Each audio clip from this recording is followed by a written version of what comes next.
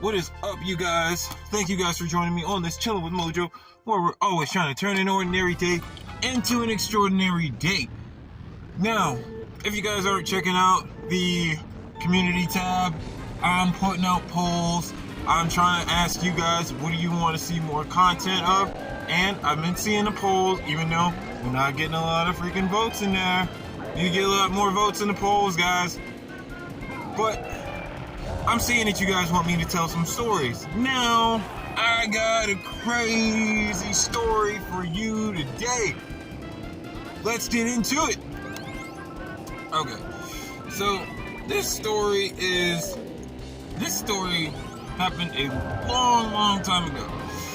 So, I met this one chick at this gas station, and I started going over there at night when she was working, just to chat with her and shit, right? So, there's this one night, I'm over there chatting with her, and I think it's like late at night, because she worked like the late shifts, and I see this lady outside. You know, she's crying. Oh shoot, there's a cardinal right there. Fucking beautiful. But she's crying to the cop and everything, saying that like she can't get to where she needs to go, she needs help and all this kind of shit. And I'm just thinking to myself, like, this is back in the day where I would have given you the shirt off my back kind of shit. This is the kind of shit that when you experience this kind of shit I'm about to tell you, you stop doing shit for people because you're like, I'm gonna get myself into some fucked up situations. So, I saw the cop and he was like, I'm not gonna help you, there's nothing I could do. And I felt bad for him. I was like, yo, that sucks. Like, you're a cop, you're supposed to help out these people. What the fuck? So, I offered to help out these people. And they were like, hey, we just need a ride. I'm like, alright, cool. Need a ride. Not gonna be too long. And then I'm gonna be coming back and I'm gonna be talking to homegirl. Cool, no big problem. My good deed of the night. Alright, so we start driving, and then they're like, oh, well, we need to go out to such county. And I'm like, such county? That's like 20-30 minutes away. Like, hold up, man. I thought you guys needed like a ride like across town. Like, I thought this was gonna be like a 5-10 minute trip. And they were like, oh, we need to get our daughter. We need to get our daughter. And I you know, certain red flags are kind of kinging in this situation, but you're kind of like, fuck, I got these guys in the car. I thought they were just needed a ride across town. No, now we got to go all the way out to this county to go get their daughter late at night. So this is, mind you, this is like the naive days where you're like, okay, you know, let me help out these people. Oh man, I feel so bad for you. But this is one of the situations where you learn not to fucking help out everybody. So we go and we drive out there, and apparently this was the grandpa's house, or like, you know, like they're a couple and their baby is with the family and shit. It was like one of those situations. So I'm there, I'm waiting, chilling. I see the grandpa come out.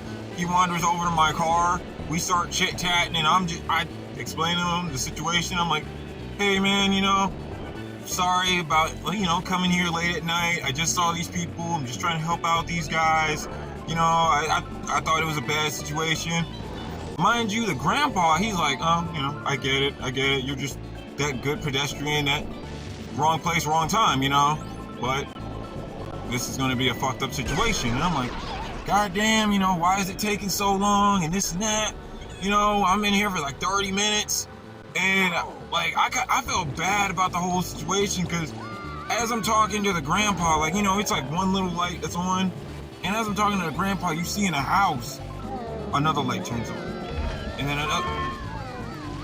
my bad, got a call from work. But I'm talking to this grandpa, and I see all the lights just pop on around the house. And I'm thinking to myself, that's not good.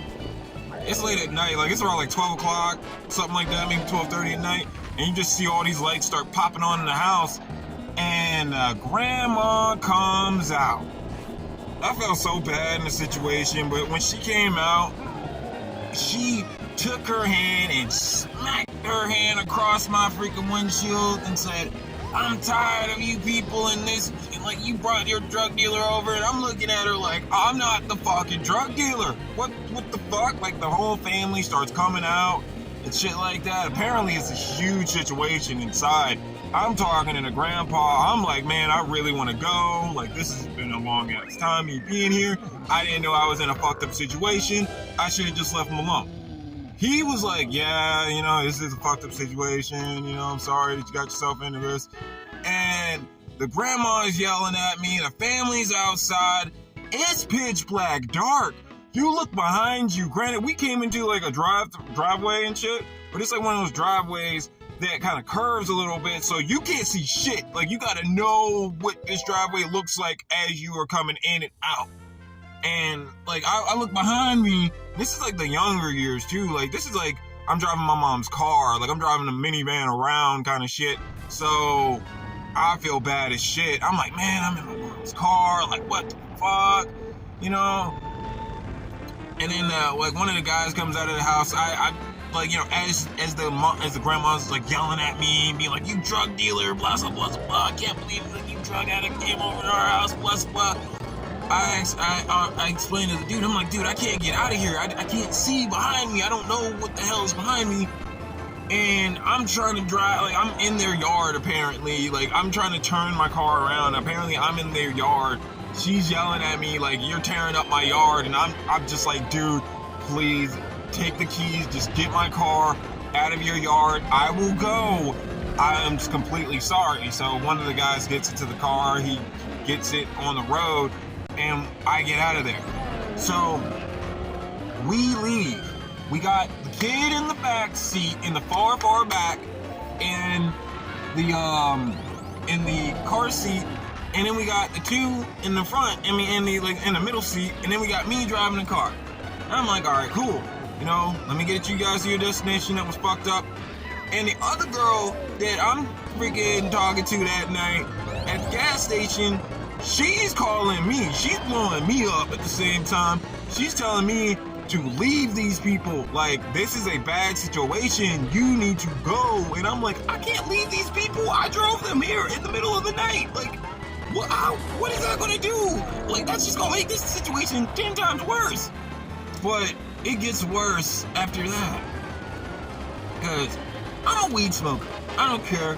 You know, if the kid's going to be in the car, put down the windows, like, you know, let's try to get the airflow so the air is going out of the windows, out of the front seat, and the kid isn't being exposed to the freaking smoke, but we can still smoke, you know what I mean?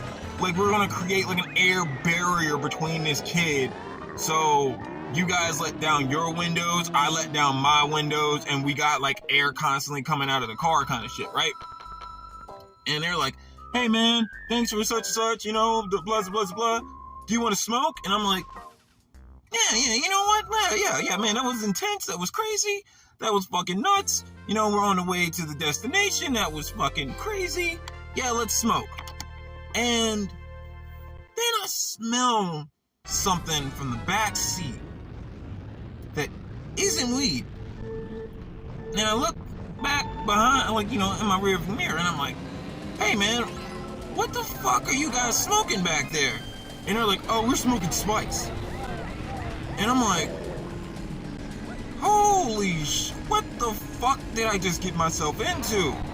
Like, they're asking me, do you want to smoke it and everything? And I'm like, dude, I'm driving you guys to your destination in the middle of the night, don't even know where the fuck I am, what my fucking surroundings are, and you want me to smoke spice in the middle of the night. And mind you, I'm not going off of a GPS location. I'm going off of a go down this road, keep on going down this road, go left. I'm like, what the fuck? And like, I felt bad about the whole situation because they're smoking spice in the back seat with this kid. So I just took this kid out of a decent situation with their family into a fucked up situation with drug addicts. Like, what? What did I just do, man? And that shocked me, man. Like, to see them in the back seat and to see their daughter, it's like if you were looking in your rearview mirror and you saw those two behind you, and then you saw their daughter in the back seat asleep, and they were just sitting there just smoking spice. Like I was like, what the fuck did I just do? What the fuck did I do, man? So I finally dropped them off at their destination. I finally got them out of the car and everything like that. And that, like, man, I know, like, oh my god, dude. I never wanted to get myself into a situation like that ever again.